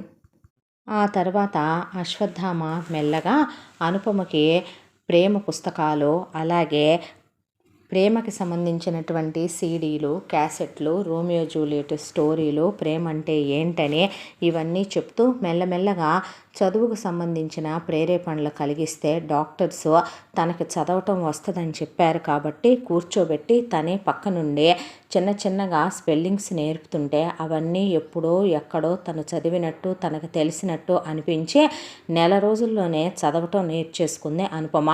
అలా English books, novels, Shakespeare books, love stories అవన్నీ చదివిస్తే ప్రేమంటే ఏంటి అని అడిగింది అశ్వత్థామనే. అడిగితే ప్రేమంటే ఒకళ్ళని విడిచి ఒకళ్ళు ఉండలేకపోవటం, మనం ఎవరినైతే ఇష్టపడతామో వాళ్ళు లేకపోతే మనకి జీవితమే లేదనిపించటం, వాళ్ళు మన జీవితంలో లేని క్షణం మనం బ్రతికి వృధా అనిపించటం, వాళ్ళ కోసం మనం చావుకైనా సిద్ధపడటం అని చెప్పాడు. అయితే అనుపమ ఆలోచించడం మొదలు పెడితే, ఏంటి ఆలోచిస్తున్నావు? ఆహా ఏం లేదు, నిన్ను చూస్తే నాకెందుకు అలాగే అనిపిస్తోంది అని అడిగితే, ఏంటి? ఏమో, అరుణ్ని చూస్తే నాకేమీ అనిపించదు, కానీ నిన్ను చూస్తే మాత్రం ఈ బుక్స్లో చెప్పినట్టు ఎప్పుడో ఎక్కడో చూసినట్టు, మన ఇద్దరం కలిసినట్టు, చాలా క్లోజ్గా ఉన్నట్టు, నువ్వంటే నాకెందుకో చాలా ఇష్టం. అలాగే అరవింద్, నీతో మాట్లాడుతున్నా, నీ దగ్గరున్నా నాకు చాలా బాగుంటుంది, ఎప్పుడూ నీతోనే ఉండాలని, నీతోనే మాట్లాడాలి అని అనిపిస్తుంది అనేసరికి అశ్వత్థామకి ప్రాణం లేసొచ్చింది. ఆ తర్వాత ఒక రోజున పెళ్ళంటే ఏంటి, పెళ్ళికి అర్థం ఏంటి, పెళ్ళి అనేది పవిత్రమైన బంధం అని, భార్యాభర్తల బంధం 7 జన్మలకి విడిపోనిదని చెప్పుకొచ్చాడు అశ్వత్థామ. సెక్స్ అంటే ఏంటి అని అడిగిందే. ప్రేమకి పరాకాష్ట శారీరక కలయిక అని, మన నుండి మరొక జీవి భూమి మీదకే ఆవిర్భవించబోయే గొప్ప సృష్టి కార్యమని చెప్పుకొచ్చాడు. పెళ్ళికి ముందు సెక్స్ తప్పని, పెళ్ళైన తర్వాత అది పవిత్ర కార్యమని చెప్పుకొచ్చాడు. దాంతో అవన్నీ విని బాగా బ్రెయిన్లోకి ఎక్కించుకుంది అనుపమ. ఇలా కాలం గడిచిపోతూ మెల్లమెల్లగా కమలాకర్రావుకి తగ్గి అడుగులేయటం మొదలుపెట్టాడు. అయితే ఒక రోజున అశ్వత్థామ రమ్మనమని అనుపమని వెంట పెట్టుకొని ఒక లోన్లీ ప్లేస్లోకి తీసుకెళ్ళి అనుపమకి రింగ్ పెట్టి, ఫ్లవర్స్ ఇచ్చి, చాక్లెట్ ఇచ్చి, ఐ లవ్ యూ చెప్పి ప్రపోజ్ చేసి ముద్దు పెట్టుకొని దగ్గరికి తీసుకున్నాడు. ఒకానొక రోజు ఏ ప్రేమ అయితే తనకు చెప్పటం చేత కాదన్నాడో, ఏ ప్రేమ అయితే అందరిలా ప్రేమించటం తనకి రాదన్నాడో, అదే ప్రేమని తప్పించిపోతూ అనుపమను పట్టుకొని ఐ లవ్ యూ అని పెళ్లి చేసుకుందామని, నువ్వు లేనిది నేను బ్రతకలేనని చెప్పాడు. దాంతో అనుపమ అశ్వత్థామను పట్టుకొని గట్టిగా ఏడ్చేసింది. ఎందుకు ఏడుస్తున్నావు అని అడిగితే, మరి అరుణ్తో నా పెళ్ళి ఫిక్స్ చేసేసాడుగా, అరుణ్ మంచోడే, కాకపోతే ఎందుకు నీ మీద కలిగిన ఏ ఫీలింగ్స్ నాకు అరుణ్ మీద కలగటం లేదో, అరుణ్ లేకపోతే నేను ఉండలేనని ఎందుకు అనిపించట్లేదో, నువ్వు లేకపోతేనే ఉండలేనని నాకెందుకు అనిపిస్తోంది అని ఆలోచించే అనుపమ ఏదైతే అదైంది. నేను నిన్నే పెళ్లి చేసుకుంటాను, అరుణ్ని పెళ్లి చేసుకోను అని అశ్వత్థామని గట్టిగా కౌగిలించుకుంది. ఆ తర్వాత అనుపమని ఏడవద్దని కళ్ళు తుడిచి, స్ట్రెస్ అవ్వకో, స్ట్రెయిన్ అవ్వకో అని 1కి 10 సార్లు చెప్పి ఇంటి మూల మీద దించి అశ్వత్థామ ఇంటికి వచ్చి జరిగిందంతా అత్తగారికి తండ్రికి చెప్పాడు. అయితే ఈలోపు అనుపమ ఆలోచించుకొని వెళ్ళి కమలాకర్రావు దగ్గరికి, ఈ పెళ్ళంటే నాకు ఇష్టం లేదు, ఎందుకు అని అడిగాడు. అడిగితే, ఎందుకేముంది, మనకిష్టం లేనప్పుడు పెళ్లి చేసుకోకూడదు కదా, నాకు అరుణ్ని చూస్తే పెళ్లి చేసుకోవాలనే ఫీలింగ్ కలగట్లేదు, నేను అరుణ్ని పెళ్లి చేసుకోను, మరెవరిని చేసుకుంటావు, ఎవరిని చేసుకుంటాననేది కాదు, నేను మాత్రం అరుణ్ని పెళ్లి చేసుకోను, నాకు అరుణ్ అంటే ఇష్టం లేదు అని చెప్తే, అయితే నేను చచ్చిపోతానులే, అయితే నేను బ్రతకనులే, నువ్వు నా మాట కాదన్నావు కాబట్టి, మీ అమ్మ లేకపోయినా నిన్ను కష్టపడి పెంచాను కాబట్టి, నువ్వు నా మాట కాదంటున్నావు కాబట్టి, నీకు ఈ తండ్రి మాట అంటే విలువలేదు కాబట్టి, పెళ్లి దాకా వచ్చిన తర్వాత పెళ్లి కొడుకు నచ్చలేదు, నాకు ఇష్టం లేదు, చేసుకోననే నా మాటనే ధిక్కరించి ఎదురు చెప్తున్నావు కాబట్టి, ఇంకా నేను బతకటం ఎందుకో, పరువు పోయిన తర్వాత నేను బతికినా చచ్చినా ఒకటేనని చేతి మీద ఓడక బెదిరిద్దామని చిన్న నైఫ్ తీసుకొని ఒక 4-5 ఘాట్లు పెట్టుకున్నాడు. దాంతో కాస్త బ్లడ్ వస్తూ ఉండేసరికి కావాలని రూమ్ డోరు దగ్గరికి వేసుకొని వెళ్ళి ఉరితాడు బిగించుకొని దాన్ని గొంతుకు తగిలించుకొని మంచం మీద నుంచొని కళ్ళు తిరిగి పడిపోయినట్టుగా ఏలాడితే, పరిమళ డోర్ పగలగొట్టినట్టు, కమలాకర్రావు కాళ్ళు పట్టుకొని కిందకి దించినట్టు, నాన్నకి మాటివ్వు, నాన్నకి ప్రమాణించే, నాన్న మాట కాదనొచ్చా, నాన్న నేను నిన్ను ఎలా పెంచాం, ఎలా పెద్ద చేసాం, నువ్వు ఇప్పుడు నాన్న చూసిన సంబంధం కాదనొచ్చా, ఆ పెళ్లి కొడుకు నచ్చలేదనొచ్చా, నీకేది మంచో ఏది చెడో నాన్నకి తెలియదా, నిన్ను ప్రాణానికి ప్రాణంగా ప్రేమించి గుండెల్లో పెట్టుకొని పెంచిన నాన్నని అదే గుండెల మీద తన్ని వెళ్తావా, ఇదేనా నువ్వు నేర్చుకున్న సంస్కారం అని పరిమళ మెలో డ్రామా ప్లే చేయడం మొదలుపెట్టింది. దాంతో నేను పెళ్ళి చేసుకుంటాను నాన్న, నువ్వు చెప్పిన వాడినే చేసుకుంటాను, నువ్వు హాస్పిటల్కి రా అనేపాటికి కమలాకర్రావుని తీసుకొని పరిమళ హాస్పిటల్కి వెళ్ళి అక్కడ ఓవర్ యాక్టింగ్ చేసి అక్కడ హాస్పిటల్లో అడ్మిట్ అయ్యాడు కమలాకర్ రావు.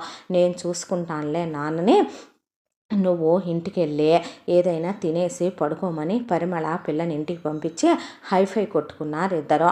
ఆ తర్వాత పిల్ల ఇంటి దగ్గరికి వెళ్లకుండా డైరెక్ట్గా అశ్వత్థామ కోసం అని చెప్పి ఇంటి దగ్గరికి వెళ్తే లేడని, ఇలా ఒక చోట పెయింటింగ్స్ వేయటానికి అని చెప్పి వెళ్ళాడని చెప్తే నాకు తెలుసు అడ్రస్ అని, కొండపైన చల్లటి ప్రదేశంలో మంచు దగ్గర ఉండి అనుపమది ఫోటో గీస్తున్నాడు అశ్వత్థామ. అయితే అక్కడికి వెళ్ళి అశ్వత్థామని గట్టిగా కౌగిలించుకొని ఈ పెళ్ళి జరగదు అని చెప్పింది.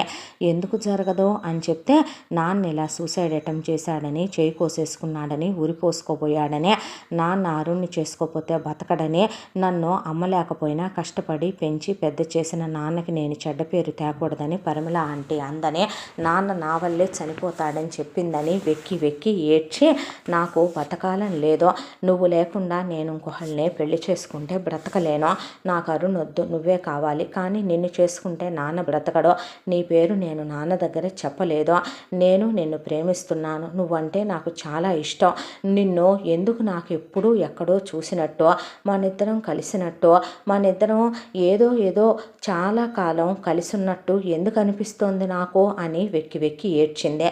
ఏడవద్దని కళ్ళు తుడిచి దగ్గరికి తీసుకొని కారులో వాటర్ బాటిల్ ఉంటే తీసుకురావటానికి వెళ్ళాడు అశ్వత్థామ. ఈలోపు అనుపమ కాలు జారి ఆ మంచు లోపల ఇరుక్కుపోయింది. అనుపమ కోసమని వెతికితే మనుషుల్ని పెట్టి 2 గంటల తర్వాత దొరికిందే.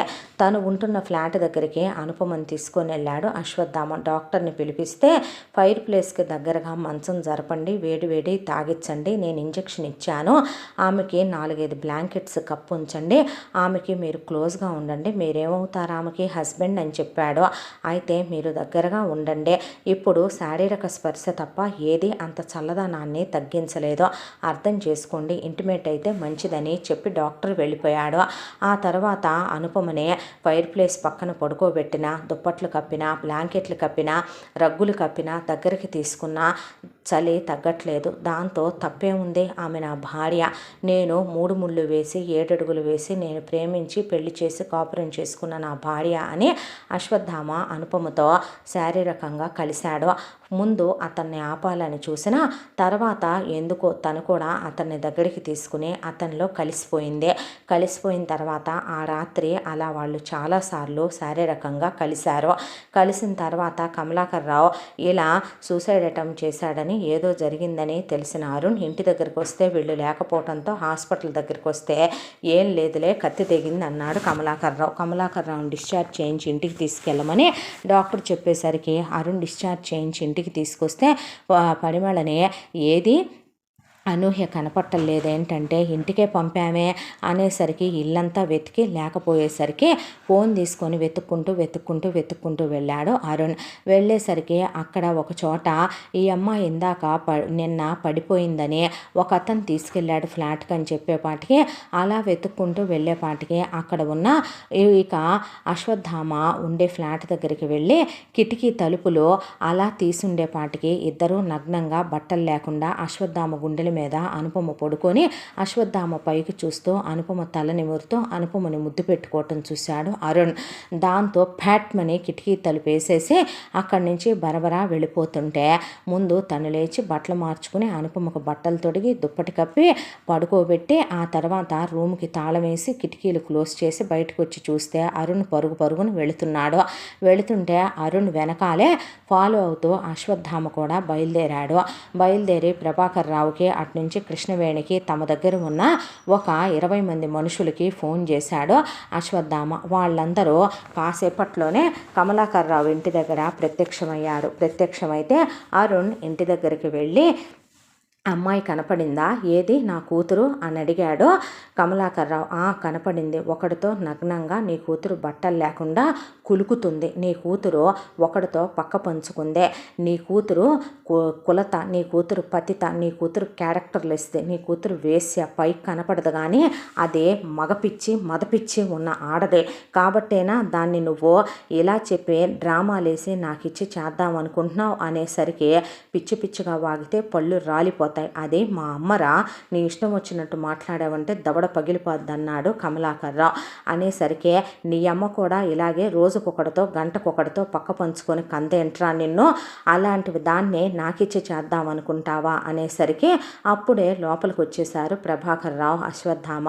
అక్కడ కృష్ణవేణి మిగతా వాళ్ళంతా కూడా ఎవరితో చేసిందిరా నా కూతురు తప్పు, ఇదిగో వీడితోనే చేసింది నీ కూతురు తప్పు, చేసిందో లేదో కనుక్కో, వీడిప్పుడే దాంతో నగ్నంగా బట్టలు లేకుండా ఒకే బెడ్షీట్లో ఉండి దాన్ని ముద్దులాడి రాత్రంతా ఎన్నిసార్లు కలిశారో కనుక్కోరా దరిద్రుడా అన్నాడు అరుణ్. అనేసరికి వాడెవరనుకుంటున్నావురా, ఏమో ఏ విటుడో నాకేం తెలుసు, చెప్పు తెగుద్ది, వాడు నా కూతురు మెళ్ళలో తాళి కట్టిన నా అల్లుడురా, నా కూతురు మొగుడురా, నా కూతురు 3 ఏళ్ళు కాపురం చేసిన నా అల్లుడు, ఎగస్ట్రాలు వాగామంటే మొహం పగులుతుంది అన్నాడు కమలాకర్రావు. ఏంటి నీ కూతురికి పెళ్ళయిందా, వీడు నీ అల్లుడా, ఏం మాట్లాడుతున్నావు నువ్వు, అసలు ఏం చెప్పావురా నువ్వు నాకు అనేసరికి అశ్వత్థామ అరుణ్ణి దవడలు దవడలు దవడలు దవడలు పగలగొట్టి అక్కడే ఉన్న మనుషులు నుంచోనుంటే వాళ్ళ చేతిలో ఉన్న ఐరన్ రాడ్ తీసుకున్నాడు చేతిలోకి అశ్వత్థామ. ఏదిరా ఇందాకన్నమాట మళ్ళీ అను 100 సార్లంట, అది తిరుగుబోతు, అది క్యారెక్టర్లెస్ది, అది వేశ్య కులత పతిత,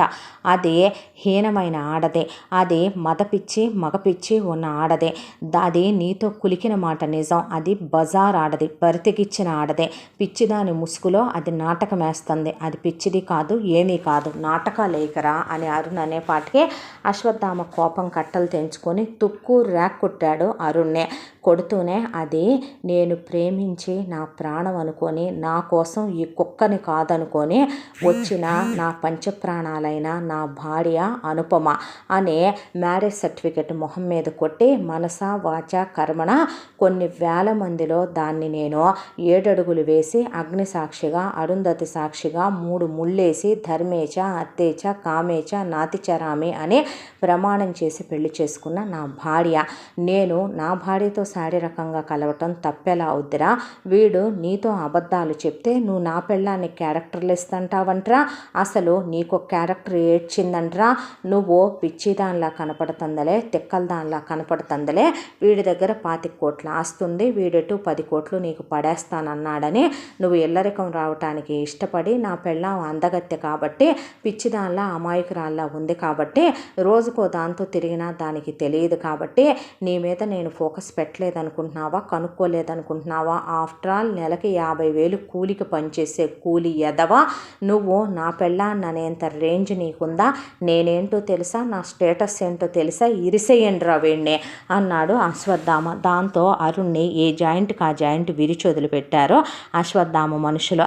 మళ్ళీ నువ్వు కానీ నీ తాలూకా మనుషులు కానీ నాకు లైఫ్లో కనపడితే ప్రాణం అనేది ఒకటిని బొందిలో ఉండేది, అరుణ్ అనేవాడు వాడి ఫ్యామిలీ భూమి మీద ఉండేది అనేలా చేసి వదిలేస్తా, వెళ్ళిపో ముందుక్కడి నుంచి అనేసరికి దేక్కుంటూ అరుణ్ అక్కడి నుంచి వెళ్ళిపోయాడు. ఆ తర్వాత ఇన్ని తప్పులకి ఈ తప్పులన్నీ జరగటానికి కారణం అసలు వీళ్ళందరూ కాదురా నువ్వు అనే కమలాకర్రావుని గొంతు పట్టుకొని పైకి లేపి విసిరేశాడు మూలకి అశ్వత్థామ. దాంతో ఇరిగి అప్పుడే సెట్ అవుతున్న బోను కాస్త మళ్ళీ విరిగింది. నువ్వు అడ్డంలే అల్లుడు, ఇది నువ్వు చేయాల్సిన పని కాదని ఆ పక్కనే అల్లుడు పడేసిన ఐరన్ రాడ్డు చేతిలోకి తీసుకుంది కృష్ణవేణి. ఏయ్ పతిత, ఏయ్ కులత, నువ్వు నన్ను కొడతావంటే అంటే నేను పతితనంట్రా నేను కులతనంట్రా అనేపాటికే అక్క నువ్వు నీ ఇష్టం వచ్చినట్టు ఆయన మీద చేయి చేసుకుంటే ఆయనకి ఎవరూ లేరనుకుంటున్నావు అడగటానికి, నేనున్నాను, నేను నీకు చెల్లెల్ని నీ సవతిని, ఆయన మరో భార్యనే, నువ్వు ఆయన కొడుతుంటే తిడుతుంటే చూస్తూ ఊరుకుంటానా అనేసరికి ఎవత్తివే నువ్వు, రాజమండ్రి భోగం బ్యాచా లేకపోతే కనుక రెడ్ లైట్ ఏరియా నుంచి పట్టుకొచ్చాడా వీడు, ఎక్కడి నుంచి వచ్చావే నువ్వు అని కృష్ణవేణి ముందు పొడుం కింద పరిమళని బోన్స్ అన్ని బ్రేక్ అయిందాక దంచిపారేసి చవతలు పాడేయండిరా దీన్ని అంది. ఆ తర్వాత కమలాకర్రావునే ఒంట్లో ఎముకలు ఉన్నాయా లేవా అనేది కూడా తెలియకుండా అసలు ఉన్నాడా పోయాడా అనేది కూడా మర్చిపోయి కుక్కని కొట్టినట్టు కొట్టింది కృష్ణవేణి. ఎన్ని పాపాలు చేస్తారా నువ్వు నీ అమ్మ నీ అక్కలు కలిసి, ఎన్ని పాపాలు చేస్తారో ఆ పాపాలకి ఒక ఆది అంతం అంటూ ఉండదురా, నాకు నా బిడ్డను దూరం చేసావు, నీ అక్కకి అక్కకి ఇచ్చేసావు. ఒక కన్న తల్లి కడుపు కోత ఎలా ఉంటుందో తెలుసా? తల్లి లేని పిల్లాడు ఒక సవతి తల్లి పర్యవేక్షణలో పెరిగితే వాడెంత నరకం అనుభవించాడో అల్లుని చూస్తే అర్థమైంది. అలాంటిదే నా కన్నపేగునే నీ అక్కకిచ్చి వాడిని కనీసం నా కంటికి కూడా చూపించకుండా వాడి ఫోటోలు తెచ్చి చూపించి నన్ను చిత్రహింసలు పెట్టావు. డాక్టర్ చదువుతానన్న బిడ్డ జీవితం నాశనం చేసి పెళ్ళైన పిల్లని తీసుకొచ్చి ఇక్కడ పెట్టి దాన్ని పిచ్చిముండం చేసి తల్లి పోయిందని చెప్పి మగాళ్ళతో మాట్లాడకూడదని చెప్పి నీకు నచ్చిన బ్రోకర్ ఎదవని ఒకడిని తీసుకొచ్చి దానికిచ్చి పెళ్లి చేద్దామనుకుంటున్నావా? దాని జీవితం ఏం చేద్దామనుకుంటున్నావు? దాని మొగుడు బతికుండగానే నువ్వు ఇంకో పెళ్లి చేస్తే చెల్లుద్దంట్రా నీతిమాలిన కుక్క అని కృష్ణవేణి కమలాకర్రావుని పడేసి దంచి పారేసిందే. కమలాకర్రావు మాట పలుకు లేకుండా పడిపోతే తీసుకెళ్ళి హాస్పిటల్లో ఇసిరేశారు. వీళ్ళని ఇంటికి వెళ్ళమని చెప్పి పరిగెత్తుకుంటూ అశ్వత్థామ అనుపమను వదిలేసి వచ్చిన విషయం గుర్తొచ్చి పరుగున అతను ఉండే ఫ్లాట్ దగ్గరికి వెళ్ళాడు. వెళ్ళేసరికి అనుపమ లేచి స్నానం చేసి వచ్చి కూర్చొని అనుపమకి వీళ్ళు ఫిజికల్గా ఇంటిమేట్ అయిన విషయం బ్రెయిన్కి బాగానే తెలిసిందే. అశ్వత్థామ రాగానే అతన్ని కౌగిలించుకొని మనం రాత్రి చేసింది తప్పు కదూ అందే. అంటే అన్నాడు. అంటే పెళ్ళికి ముందు సెక్స్ తప్పని నువ్వేగా చెప్పావు. ఇప్పుడు మా నాన్న దగ్గరికి వెళ్దాం పద. వెళ్ళి మా నాన్నతో నువ్వు లేనిది నేను చచ్చిపోతానని చెప్తాను. నిన్ను తప్ప ఎవరిని చేసుకోనని చెప్తాను. మన ఇద్దరి మధ్య తప్పు జరిగిపోయింది కాబట్టి చచ్చినట్టు మా నాన్నే నిన్ను నాకు ఇచ్చి పెళ్లి చేస్తాడు. మా నాన్నకి వేరే ఆప్షన్ లేదు కాబట్టి మనం పెళ్లి చేసుకోకపోతే ఇది ఇంకా పెద్ద తప్పు అవుద్ది. పెళ్ళికి ముందు ఇలాంటివి చేయకూడదు. అంటే భార్య మతిస్థిమితం లేకపోయినా ఆమె క్యారెక్టర్కి మనసులోనే హ్యాట్స్ ఆఫ్ చెప్పుకొని అశ్వత్థామ నీకు విషయం చెప్పాలి అన్నాడు అనుపమని. ఏంటి అంటే పరిమళ ఎక్సర్సైజ్ చేయిస్తూ ఉండగా మేడమెట్ల మించి జారిపడి మీ నాన్నగారు కోమాలోకి వెళ్ళారు, ఆయన హాస్పిటల్లో చేర్చారు, ఇప్పుడే చూసి వస్తున్నాను అనేసరికి నిజమా అని అనుపమ ఏడుస్తుంటే నువ్వు ఏడవద్దన్నారు. ఆయన పడిపోయేటప్పుడు కూడా అనూహ్య జాగ్రత్త అని కలవరిస్తూనే కోమాలోకి వెళ్ళిపోయారంట అనేపాటికి నిజమా అనే అనుపమ ఏడవటం మొదలుపెట్టింది. అశ్వత్థామ అక్కడి నుంచి హాస్పిటల్ తీసుకెళ్లేసరికి ప్రభాకర్రావు అప్పటికే మత్తు ఇంజెక్షన్ ఇప్పించేశాడు కమలాకర్రావుకి. దాంతో అనుపమ ఎంత ఊపినా కమలాకర్రావు లేవలా. కృష్ణవేణి అక్కడే ఉండి కోమాలోకి వెళ్ళిన వాళ్ళు వెంటనే లేవరు తల్లి అంటే ఎప్పుడు లేస్తాడా అంటే త్వరలో అన్నాడు అశ్వత్థామ. త్వరలో అంటే త్వరలో అందే అనుపమ. అవును, అయితే ఈలోపు మరి మనం పెళ్లి చేసేసుకుందామా? అయ్యో నాన్న లేకుండానా? పర్లేదమ్మా, వీడియోలు ఫోటోలు అన్నీ ఉన్నాయి కదా, మీరు పెళ్లి చేసుకోండి, నాన్న స్పృహలోకి రాగానే అవన్నీ వేసి చూపిద్దాంలే అని చెప్పిన తర్వాత మన ఇద్దరం తప్పు చేసామని నువ్వే అన్నావుగా, మరి తప్పు చేసిన మనం పెళ్లి చేసుకోకుండా ఇలా ఉండకూడదేమో కదా ఫ్రెండ్ అన్నాడు అశ్వత్థామ. సరేనని అనుపమ అనగానే వెంటనే అనుపమ మెళ్ళలో తాళి కట్టేశాడు. దండలు మార్చేసుకొని ఫోటోలు దిగేశారు. ఇంకెక్కడ ఉండక్కర్లేదని ఇక్కడి నుంచి ముందు బయలుదేరి వాళ్ళు ఉండేటటువంటి ఊరికి మొత్తం ఫ్యామిలీ షిఫ్ట్ అయి వెళ్ళిపోయారు. కమలాకర్రావును కూడా తీసుకెళ్ళి అక్కడి నుంచి ఒక గదిలో పడేసి రోజు మత్తు ఇంజెక్షన్లు ఇప్పించడం మొదలుపెట్టారు, నోరెత్తనివ్వకుండా ప్రభాకర్రావు వాళ్ళు. ఆ తర్వాత ఇక ఆ రోజు కృష్ణవేణి అన్న మాటలు అశ్వత్థామ మనసు మీద బాగా పనిచేశాయి. ఒక కన్న తల్లికి బిడ్డల్ని దూరం చేస్తే ఆ తల్లి ఎంత నరకం అనుభవించుద్దో నీకు తెలియదా అని. అసలు ఏమయ్యాడో వీళ్ళ అబ్బాయి అని కృష్ణవేణి దగ్గరికి వెళ్ళి డీటెయిల్స్ అడిగితే పెద్ద ఆడపడుచు ఇట్లా అమెరికాలో ఉంటుందని, అమెరికాలో ఉండే ఒక ఆడపడుచుకి పిల్లాడిని ఇచ్చేశాడని, పిల్లాడి పేరు రాజీవ్ అని, డాక్టర్ చదువుతున్నాడని వీడు చెప్పాడని ఆవిడ ఫోన్ తీసుకొచ్చి చేతికిచ్చింది కమలాకర్రావుదే. ఇచ్చేసరికి ఆ ఫోన్ తీసుకుని ఫోన్లో ఉన్న డీటెయిల్స్ని పట్టుకుని ఇక ఎలాగైతేనేమి డీటెయిల్స్ అన్నీ కనుక్కున్నాడు అశ్వత్థామ. కనుక్కుంటే కమలాకర్రావు అక్క పోయిన తర్వాత కమలాకర్రావు బావ ఇంకో పెళ్లి చేసుకున్నాడని, ఆ పెళ్లి చేసుకున్న పెళ్ళానికి కడుపు వచ్చిందని, అప్పటి వరకు ప్రేమగా చూసిన రాజీవ్ని అప్పటి నుంచే ప్రేమ తగ్గిపోయి పద్దాక అవమానించడం, అవహేళన చేయటం, ఇలా ఘర్షణలు గొడవలు పెరిగిపోయి రాజీవే ఇంట్లో నుంచి వెళ్ళిపోయి వేరే ఫ్లాట్ తీసుకొని అమెరికాలో ఉంటూ హాస్పిటల్లో వర్క్ చేసుకుంటున్నాడని తెలిసిందే. Rajiv address, phone number, mail ID సంపాదించి ఒక పేషెంట్ని చూడాలి నువ్వని న్యూరాలజిస్ట్ అయిన రాజీవ్కి డీటెయిల్స్ పంపిస్తున్నాను అని చెప్పి వీడియో కాల్లో మాట్లాడాడు అశ్వత్థామ. పంపించండి అంటే రాజీవ్కి తన బర్త్ సర్టిఫికెట్స్ డీటెయిల్స్ తను చిన్నప్పుడు కృష్ణవేణి ఒళ్ళో ఉన్న ఫోటోలు అన్నీ పంపిస్తే వాట్ ఈస్ దిస్ అన్నాడు రాజు. అంటే నీ తండ్రి పేరు కమలాకర్రావు, వాడు నీ మేనమామ కాదు, నీ కన్న తండ్రి. నీ తల్లి పేరు కృష్ణవేణి, నీ అక్క పేరు అనుపమ. అసలు జరిగింది ఇదని మొత్తం చెప్పుకొచ్చాడు అశ్వత్థామ. దాంతో ఇక షాక్ అయిపోయి మాట పలుకు రాలేదు రాజీవ్కే. వస్తున్నావా, మమ్మల్ని రమ్మంటావా అన్నాడు అశ్వత్థామ. అనేసరికి 2 days మీ కళ్ళ ముందు ఉంటాను బావా అనేసి ఫోన్ పెట్టేశాడు రాజు. రాజు అమెరికాలో ఉంటూనే ఇండియాలో ఉండే డాక్టర్ శ్వేత అనే అమ్మాయిని 5 సంవత్సరాలుగా లవ్ చేస్తున్నాడు. ఇండియానే వచ్చేయాలి, వచ్చేసి ఇక్కడిద్దరూ కలిసి హాస్పిటల్ కట్టుకొని ఇక్కడే సెటిల్ అయిపోవాలనే థాట్ ప్రాసెస్లోనే ఉన్నాడు రాజీవ్ కూడా. దాంతో జరిగిందంతా శ్వేతకి చెప్పి మేఘాల మీద ఎమర్జెన్సీ ఫ్లైట్ బుక్ చేసుకుని రాజు ఇండియాకి బయలుదేరి వచ్చాడు. వచ్చి రావటంతోనే కృష్ణవేణిని కౌగిలించుకొని అమ్మా అనేసరికి అచ్చుకుద్దినట్టు కృష్ణవేణి పోలికలోనే ఉన్నాడు రాజు. వేరే సాక్ష్యం కావాలా బాబు, నువ్వు మీ అమ్మలాగా ఉన్నావనేది చాలదా అన్నాడు ప్రభాకర్రావు. అనేపాటి కృష్ణవేణి పిల్లాన్ని దగ్గరికి తీసుకొని వెక్కి వెక్కి ఏడ్చి కమలాకర్రావు అక్కలు చెల్లెళ్ళు చేసింది మొత్తం చెప్పి ఆ తర్వాత అనుపమ గురించి, అనుపమ పెళ్లి గురించి, అశ్వత్థామ గురించి, ప్రభాకర్రావు గురించి జరిగిన మొత్తం పూసగుచ్చినట్టు చెప్పేసింది ఆవిడ. చెప్పిన తర్వాత అక్క అన్నాడు అనుపమని. అక్క ఎవరు నువ్వు, నీ పేరేంటి అని అడిగిందే. నా పేరు రాజు. ఎవరు నువ్వు, నా కొడుకమ్మ అంది కృష్ణవేణి. అయితే నేను నీకు అక్కనేలే అన్న తర్వాత ఏంటి బావా ఇదే, నాకేం అర్థం కావటం లేదు, ట్రీట్మెంట్ లేదని చెప్పారు, ఎక్కడికి తీసుకెళ్ళినా తనకి నయం కాదని చెప్పారు.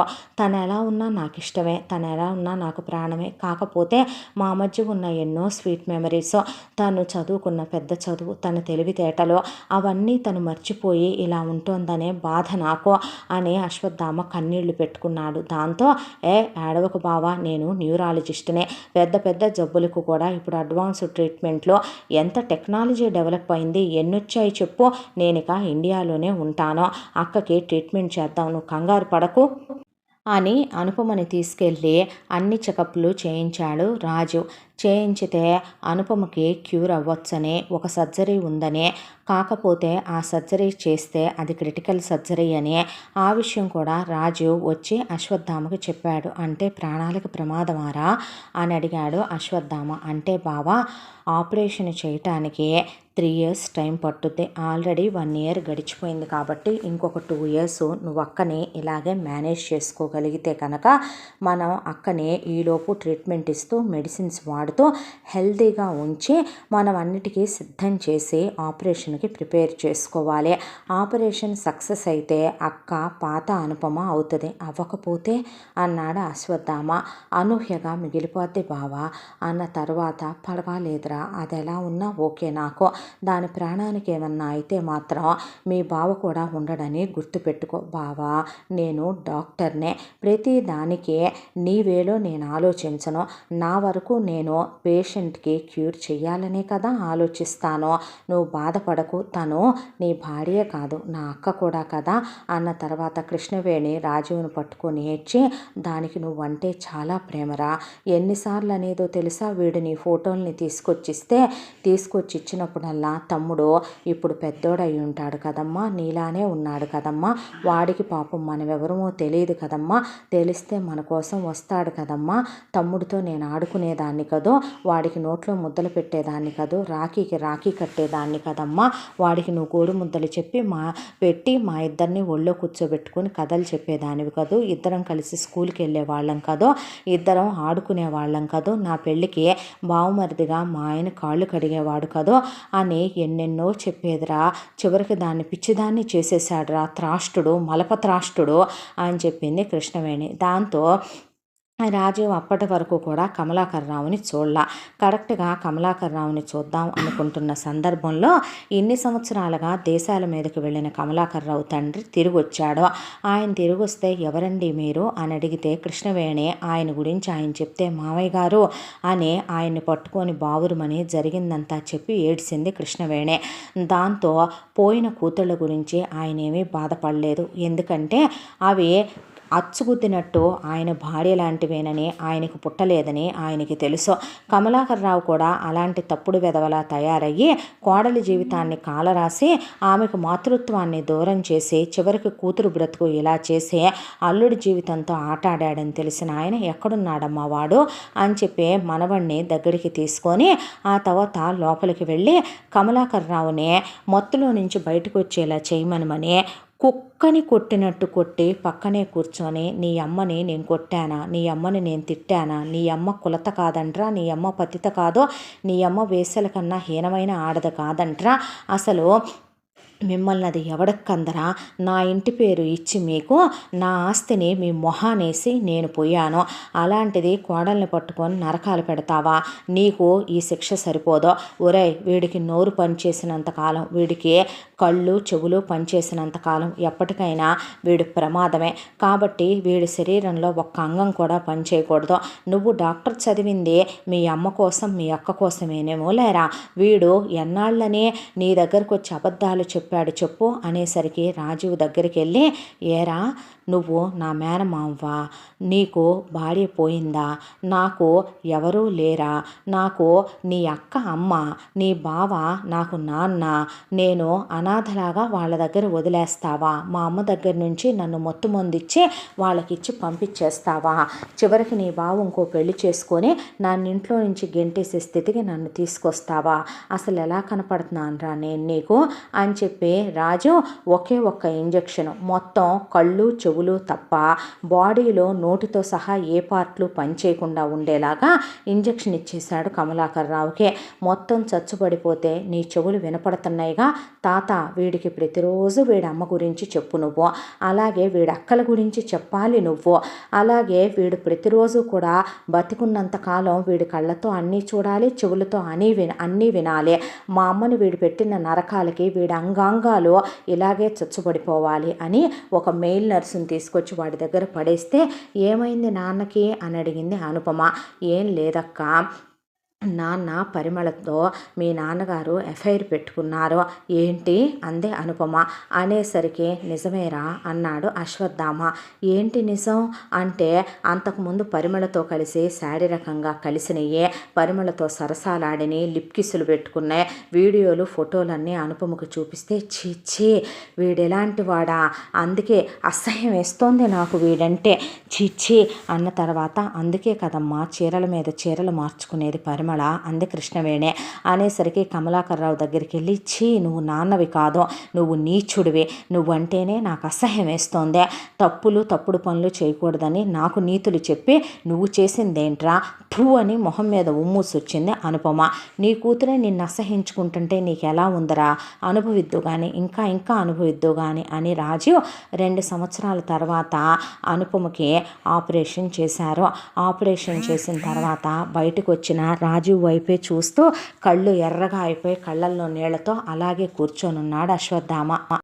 ఆపరేషన్ సక్సెస్ బావా అన్న తర్వాత, మరేంట్రా అలా పెట్టావు మొహం, నీకేం చెప్పాలో నాకు అర్థం కాక, రే పిచ్చోడా అన్న తర్వాత, ఎప్పుడు లేస్తుందిరా, 72 hours తర్వాత, ఈసారి లేస్తే నిన్నుగానే గుర్తుపట్టుద్దులే అక్క, ఏమేం గుర్తుంటాయి, ప్రతిదీ గుర్తుంటుంది బావా, అంటే తను పిచ్చిదానిగా ఉన్నప్పుడు వీడు చేసినవి కూడా గుర్తుంటాయి మా బాబు అని చెప్పాడు రాజు.